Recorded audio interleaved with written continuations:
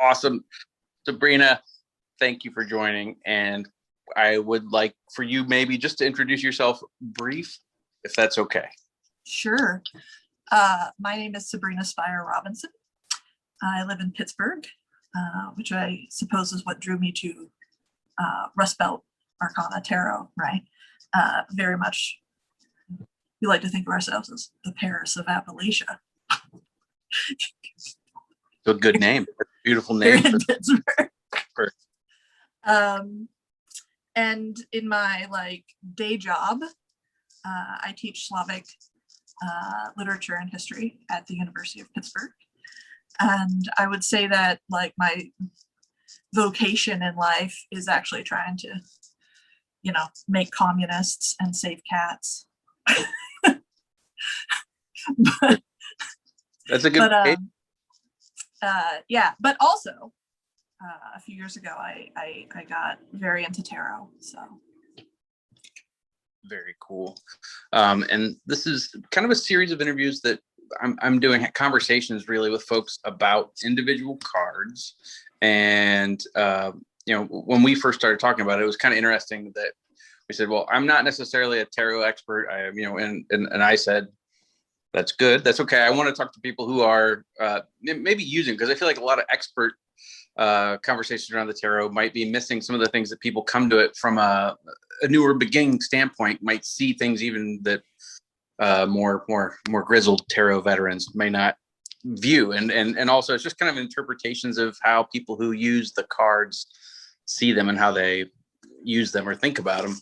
And the card we're going to talk about is the Six of Swords, and the swords are all birds. And in this deck, yes, it's the wood ducks. And yeah, I've been studying. I knew you were going to research, but that is impressive. I said I'm a professional academic, and so at all moments in my life of unsureness, I'm like, read a book, Sabrina. Read a book. Yep. So Awesome. I also want to point out, because of your bio real quick, how much witchy communist academia through line has run through the interview series. I don't know if it's a weird place for me to have wound up. It feels like Joe Rogan's shorter cousin to be in this kind of witchy feminist through line. Yeah, okay. But there's a lot. I have thoughts actually about why you get this kind of intersection of let us say socialist feminist or communist feminism with a kind of reclamation of what at least feels like pre-Christian, even though of course the history of tarot is not pre-Christian, but let us say outside traditional church practices, both in relation to in relation to just kind of a rejection of capitalism, but how closely bound capitalism in the West tends to be with I think especially with Protestantism, right? So if you look for someone like Sylvia Federici, who's talking about the history of the church wresting power in communities away from women, in terms of being herbalists and being healers and being midwives and just being counselors, right, to the community, that I think all those things come together, except now it's not passed on to us naturally. It's people like me who read a book about it are like, oh, maybe this is the outlet for me, right? That's awesome. I mean, it's a curious thing to me because it's influenced me a lot. Just the people I talk to and the people I read, the people I think about, it's changed me significantly over the last several years, which has been cool to be a part of. So, man, it's interesting to watch that line up. It's changing things. Yeah, the other thing on my desk right now is Capital Volume 3. The big boy. That's a big one. I was trying to. How many pages is that? 800? Oh my gosh. Let's see. Where are we here? It's more than 1,000 pages. Oh boy. And this is the third. This is the third one. Are you through 1 and 2? I am. Oh, you should see my copy. You should see my battered copy of the. That's cool. That is really cool to have that kind of depth on that. That's awesome. Let's talk about violent wood ducks, and the Six of Swords. But I do at some point. I need to understand why communism is coming into my life, though, and it's supportive. I mean, I think it's synchronicity, right? It's a sign. It's time to be a communist. Great. Six of Swords. Six of Swords. Us to this card, because I honestly wish I remembered. Some people I assigned them to, some people just picked them. I'm curious kind of where we fell on this one. Do you recall? Requested it. Okay. Requested it. Why? So this begins with me discussing the one thing, and I apologize in advance to my husband, the one thing I've ever loved more than myself, which was a little black and white cat named Chairman Meow, who also commonly went by Pudge. Yes. And he took care of me. I'm gonna cry about this. This is gonna happen. It happens every time. I'll pick myself. It's fine. And so first of all, of course, I must say that for anybody out there like, it's just a cat, this is obviously not the talk for you. I'm not the person for you. Go ahead and log off.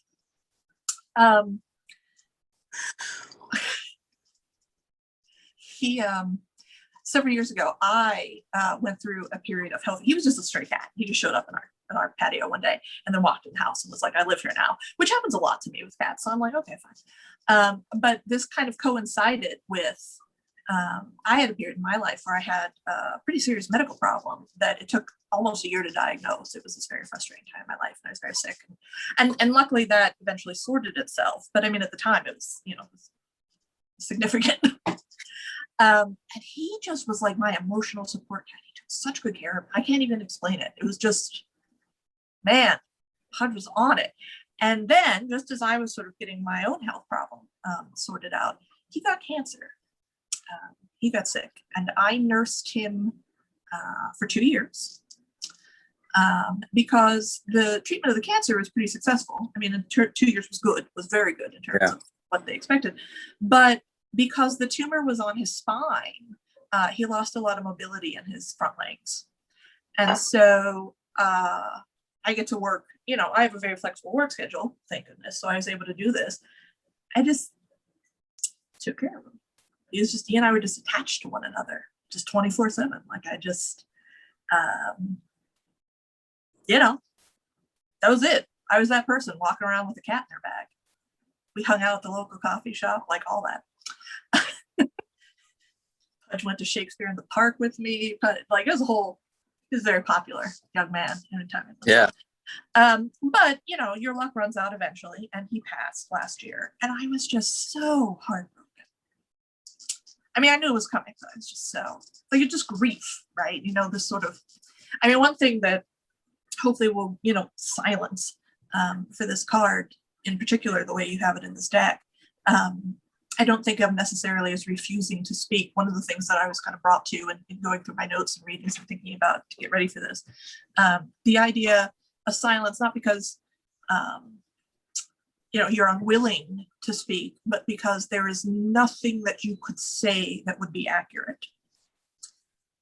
It's kind of like apophatic faith, right? You can't say anything positive about God. You can only say what he is not because your language is inadequate. And that's sort of, in a way, how I felt when people would ask me about Pudge and grief. And I was left with just saying things that were not wholly accurate to explain sort of my mood at the time, but just sort of like, I'm sad.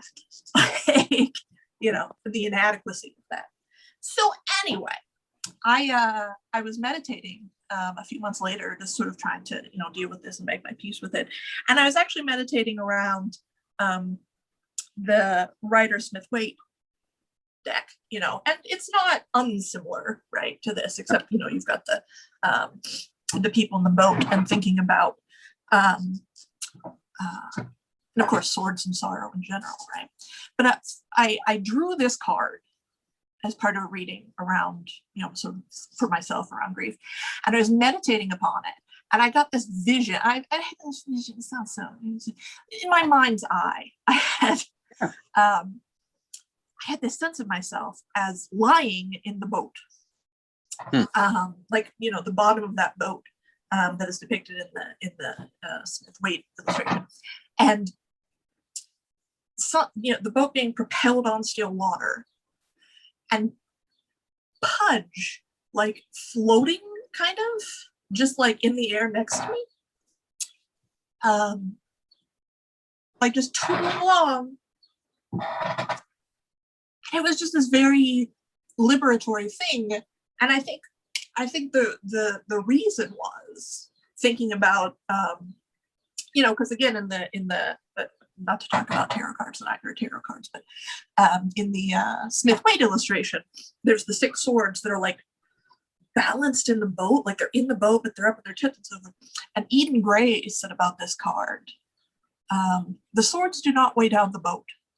And this idea that the sorrow is present, but it doesn't have to be a weight. Okay? So anyway, now that I've cried to you about it, I'm gonna cry actually, because every time I speak about Pudge or post pictures of him, I'm like, oh my god. Yes, I have not stopped. It's been like month. No. And I would also say that like I didn't know that Chairman Meow and Pudge were the same until but like every time we see something about Chairman Meow, I'm like cracking up laughing. So he's my favorite deceased cat right now. I think he's many people's favorite deceased cat somehow. And something that I will say too, this is not germane, I'm off the point, you can edit it if you want to. Go on. Is that I have had so many people that I only know casually even, come to me in like private messages or whatever and say, I lost my dog, I lost my cat, I lost my pet, and I am heartbroken. And I feel like every time I try to talk about this with someone, they act like I'm weird, because it was just a pet. But I felt I could talk to you because I was very public about my grief over Bud. And so, on one hand, it's a tremendous amount of emotional labor, right? To be like, to absorb. But I feel like I want to help because, that very much was the thing that people thought I was like insane for hearing this one about, which I think is patently nonsense. All love is good. But yeah, so then I get people coming out of the woodwork now who are like, let me tell you about how I can't function because my dog died. And I'm like, okay. Swords don't weigh down the boat. That's right. That's all. God. I think it might be worth mentioning kind of where that image came from on our deck. It's kind of interesting. It's the, oh my gosh. I do love all his clothes, by the way. His little hoodie, so it wouldn't get chilly because the circulation wasn't great. Did he have more than one hoodie? Oh yeah, and he had a winter coat. Oh, like perfect. A parka. Oh my god, I'm gonna be listening to you while you talk, but I'm also looking up this picture, which I do have marked as favorite. Ew. So this image of wood ducks it was just like an afternoon in the Cuyahoga Valley. So I also talked about this. Cuyahoga River kind of runs between Akron and Cleveland, and it's kind of been a historical dump for about a century and a half. And then they turned it into a national park. Nature came back. It does a pretty good job. The Cuyahoga Valley National Park is radical. It's one of my favorite places. But off in the woods, there were these wood ducks, and I don't think I'd hardly ever seen wood ducks in the wild. And they were, just off the trail in like a flooded out part of the woods. So it was just gross. A lot of my Cleveland winters were really gross. Springs were gross. Where it was just like, sleet, and there was like 4 inches of standing water everywhere. And like, look out in this like dark woods, and there's these silent ducks cruising off the woods further. And I was like, oh my God, that's so beautiful. And but that's where that came from, was just kind of stumbling onto that while I was trying to like bumble through my day. And it really struck with me. My bird watcher friends claim to have seen wood ducks around Pittsburgh. I'm not saying I doubt them, but I have yet to spot a wood duck. They must be there. I'm confident they're there. Well, they're there somewhere. Silent but deadly, actually, the little toe claws. Right? Have you been to Cleveland or that area, Akron area? I've been. I unfortunately not really exploring the wilds. My mother-in-law lives in Cleveland, so that's been the context of all of my Cleveland travel. I can't have a Rust Belt interview and not ask kind of what's your impression, kind of that Cleveland Pittsburgh dynamic. I don't have a lot of Pittsburgh folks on this call, on these chats, so I'd be curious kind of what the dynamic. Well, I mean, of course, the standard thing is, Cleveland sucks, and yes. And this sort of unwarranted sense of superiority, right? I mean, some of this apparently involves sports, and I'll leave that to the experts. Yep. Your river did catch on fire on multiple occasions, which is one thing Pittsburghers can confidently say. We have yet to catch a river on fire. Although, in terms of environmental catastrophe, we have no, like, the air here is like, I can feel myself dying from the air, and also the water, which is filled with fracking chemicals, and lead, which is not a natural phenomenon. I could talk at length about this. I think I did that on a different podcast. Actually, Bad Faith Ultra Leftist, I had a kind of fit about Pittsburgh. So it's sort of like, on one hand, Cleveland sucks. We must stipulate to that. But on the other hand, Pittsburgh's superiority complex is undeserved in many ways. All right. That's fair.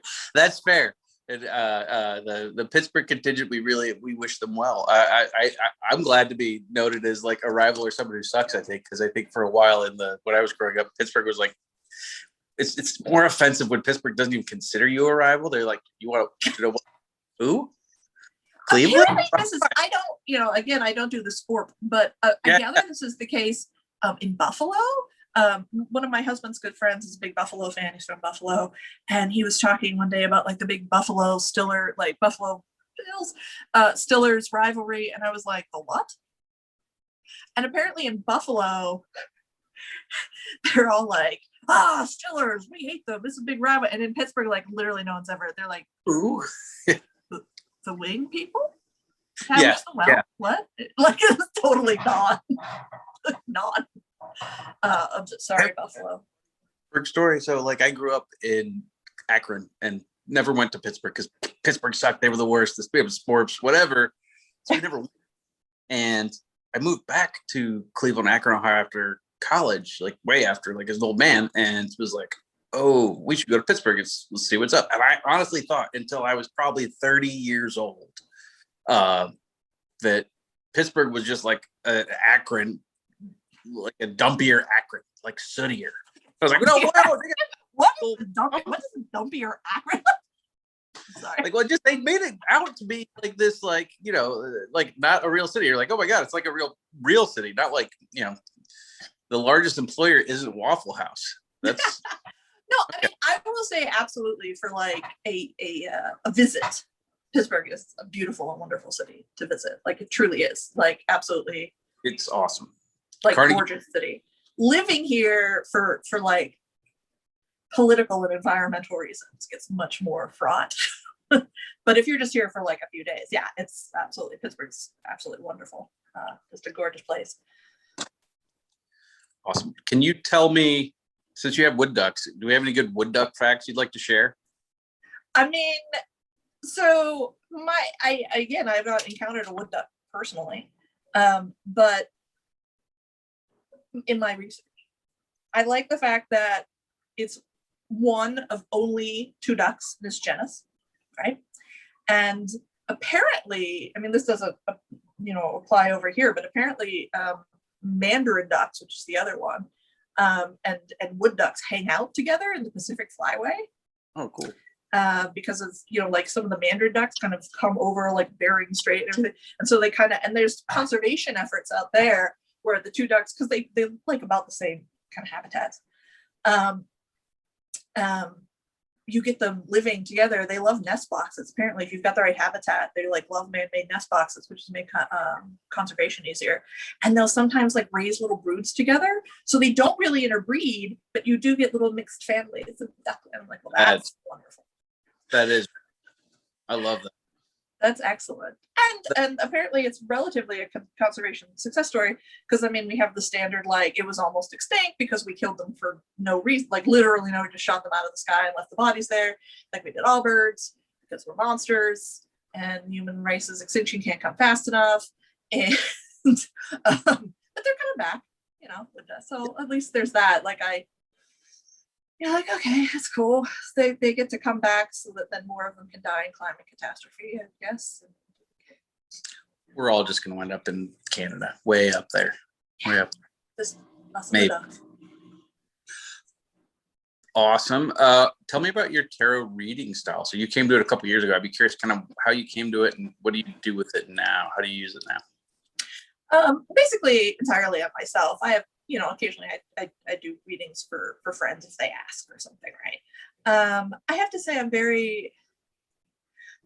so I came to it because I was sort of moving away from the practice of Catholicism. I mean, in that like pre-Tridentine good pagan shit way.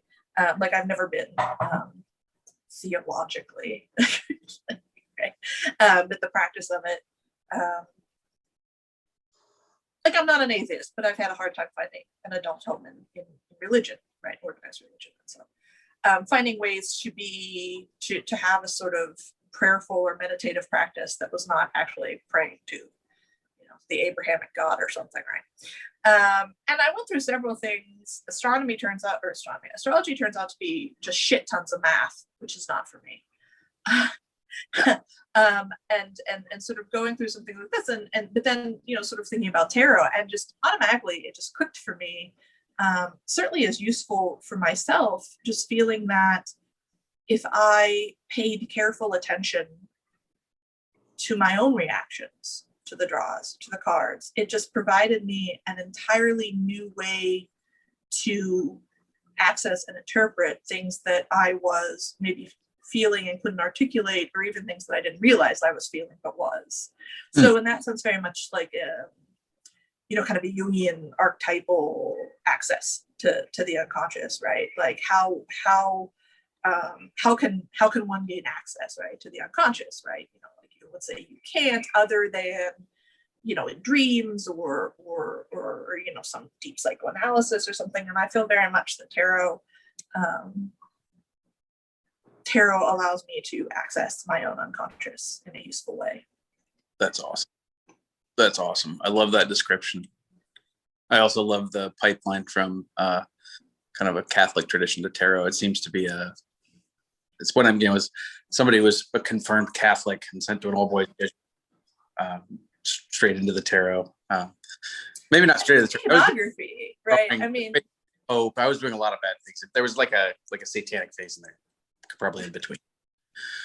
I mean, these things happen, right? It's sort of, and you know, actually, when I was thinking about this card, I mean, one of the first things I do is sort of think in terms of correspondences within the tarot deck. So, you know, Six of Swords, you know, swords, we're thinking about justice, you know, as one of the archetypes from the major arcana, which then presents you with the problem of, you know, the sword without the scales, right? You know, that sort of the whole sword set in the minor arcana presents you with that problem, right? of the sword without the scales. Then also six, right? The sixes in general, which throughout the minor arcana are these kind of harmonious stopping points, and therefore also turning points, right? But you know, in terms of that, it's the lovers and the devil, right? Which is just a great dialectic. That goes, wow. Yeah. And something, you know, thinking about, you know, I brought up the idea of silence because there's nothing you could say that would be accurate. And I was sort of thinking about that in terms of the dialectic between lover and devil. You know, we think of the devil as sort of the prince of lies, but actually the devil's all about knowledge. I mean, he might not share it with you accurately, might deliberately distort it, but like the devil knows. Okay? Tree of knowledge, that's the sin. And we tend to associate love, truth telling, right? Just, you know, we're so open and honest with our part. But I've been married for like 15 years, and you have to lie constantly to keep a marriage afloat, right? And so again, there's this kind of dialectic, right, where it's like this sort of honesty versus falsity, but actually, this kind of constant misrepresentation, that deliberate misrepresentation that you need in a relationship over a long haul to just, this sort of like, I'm just gonna let that go, kind of that vibe, right? Versus the devil, which I said, this is not lie. He knows a lie is a deliberate misrepresentation of truth. It's not the lack of truth, right? That's just an error. And so again, you're kind of the balance between these things is you're just left with silence, that which you can't say the truth. And this gets us to all, and then going back to sort of some of the things I, talk about with poor, pathetic students at work, sort of modern or quasi-modern 20th century trends and sort of philosophy and linguistic philosophy, thinking about the fact that language is inadequate to represent truth in some fundamental way, that we can't ever actually speak the total truth to one another. Sort of very Wittgenstein,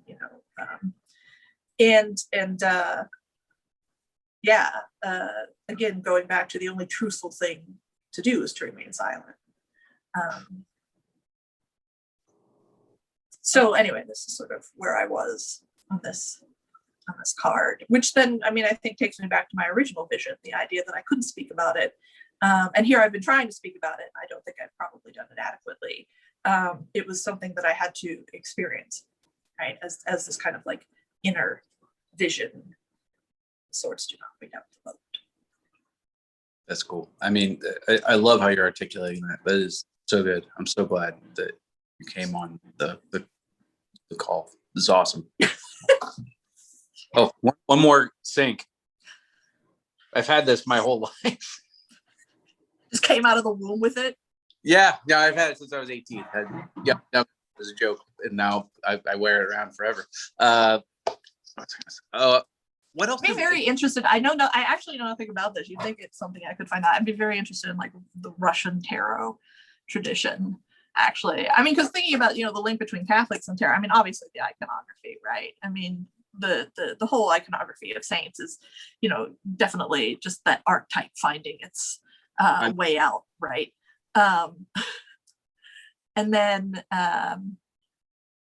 right.